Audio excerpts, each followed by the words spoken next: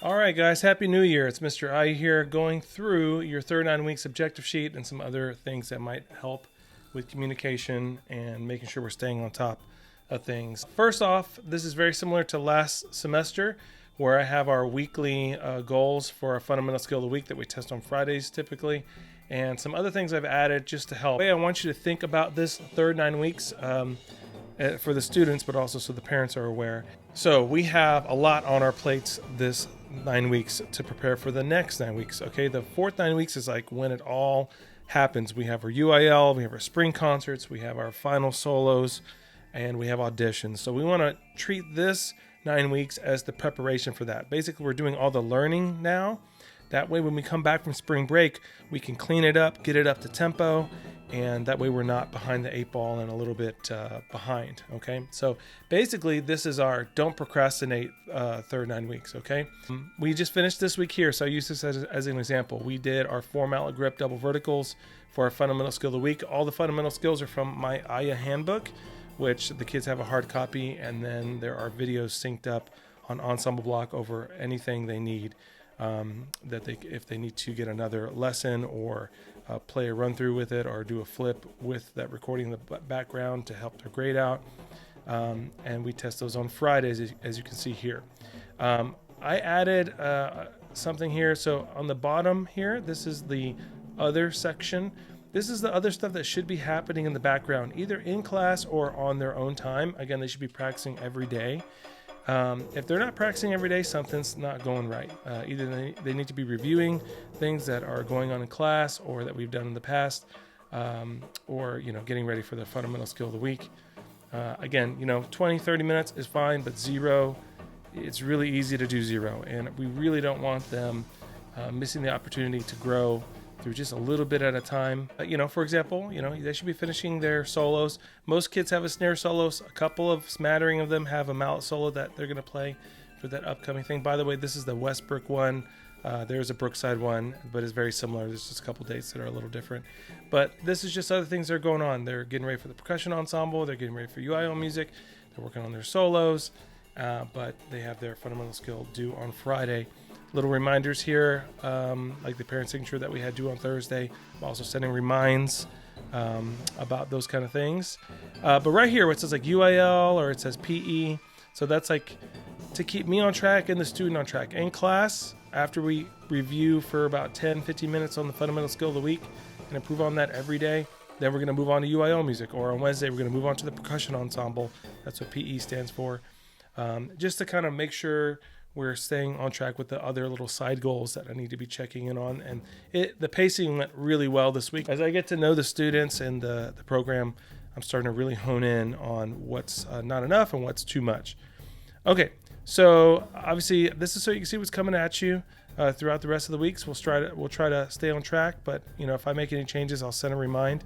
And basically our fundamental skills of the week, we're developing that 4-mallet technique and 4-mallet grip, which is why you saw the email about adding additional mallets.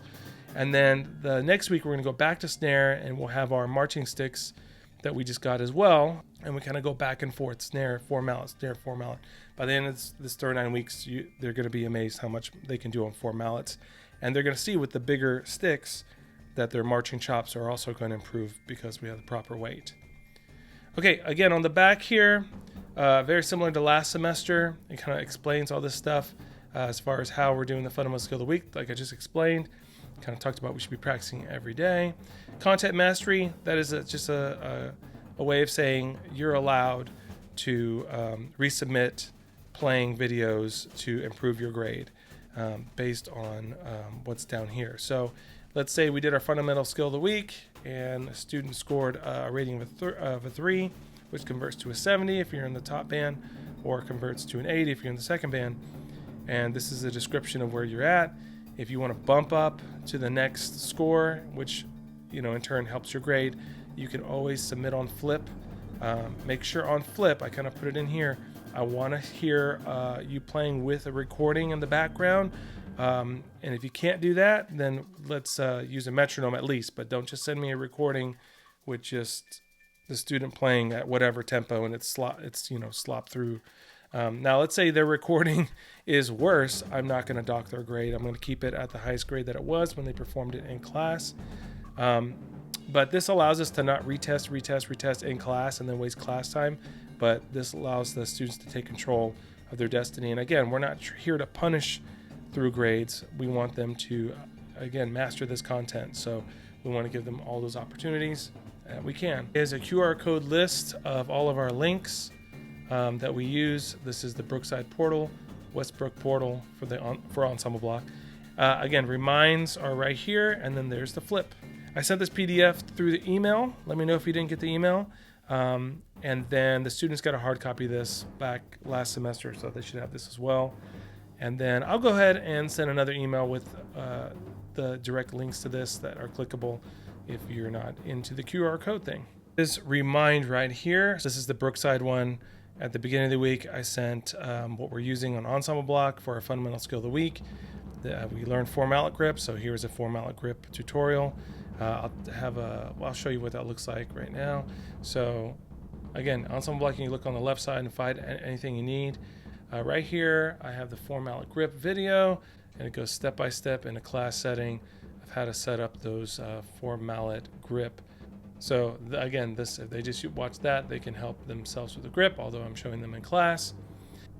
And then, of course, I went to what we're testing, which was double verticals, which was in the objective sheet.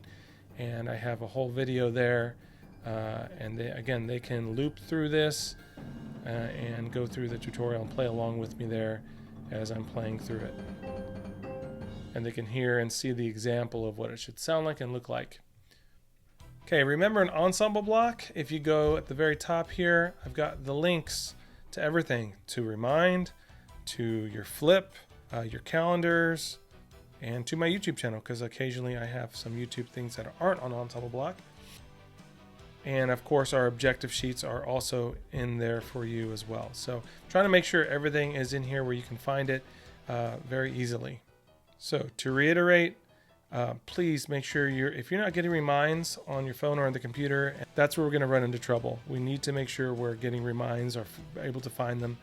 And again, if they're logging into Ensemble Block every week and at least using it once, hopefully they're using it more than that, but at least using it once, then I'm making sure they're remembering their logins and they're working on their fundamental skills of the week. And I want to make that an easy 100 instead of doing physical practice records. Okay, lastly, I had a special guest that wanted to help remind you of a couple other things. It's a new addition to the Aya family. His name is Red, and he's super cute, 8 months. He's such a good boy, and he's so red. So we're really happy to have Red. He's such a good boy. Well, he doesn't have accidents in my office, so let me get him out of here real quick.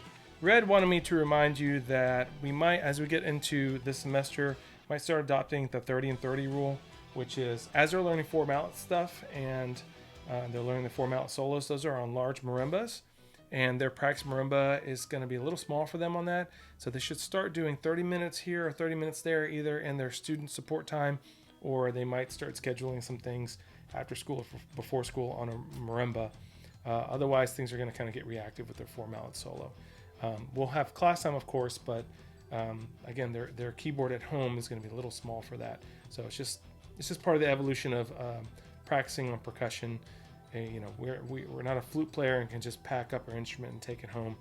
Some of these instruments, like when we get to UIL, they're going to have to practice at school, and that's okay because we're playing fun instruments, and it's just kind of part of being a percussionist. Anytime my percussionists complain about that, I kind of ask them, would you rather play a different instrument? And the answer is usually no. So there's a lot of perks to playing percussion. But there's also some logistics that are involved too. So that's just normal. So I tell the kids that practice is not going to happen to them, but they have to have a plan. And so this is kind of time to start doing that. So let me know if you have any questions about that. And again, I'm not on your campus at all times, but if I need to kind of help with the director about figuring out a space for them and a time for them, I can help figure that out. Okay? All right, guys, thank you so much. Hopefully that clears up some things about the semester.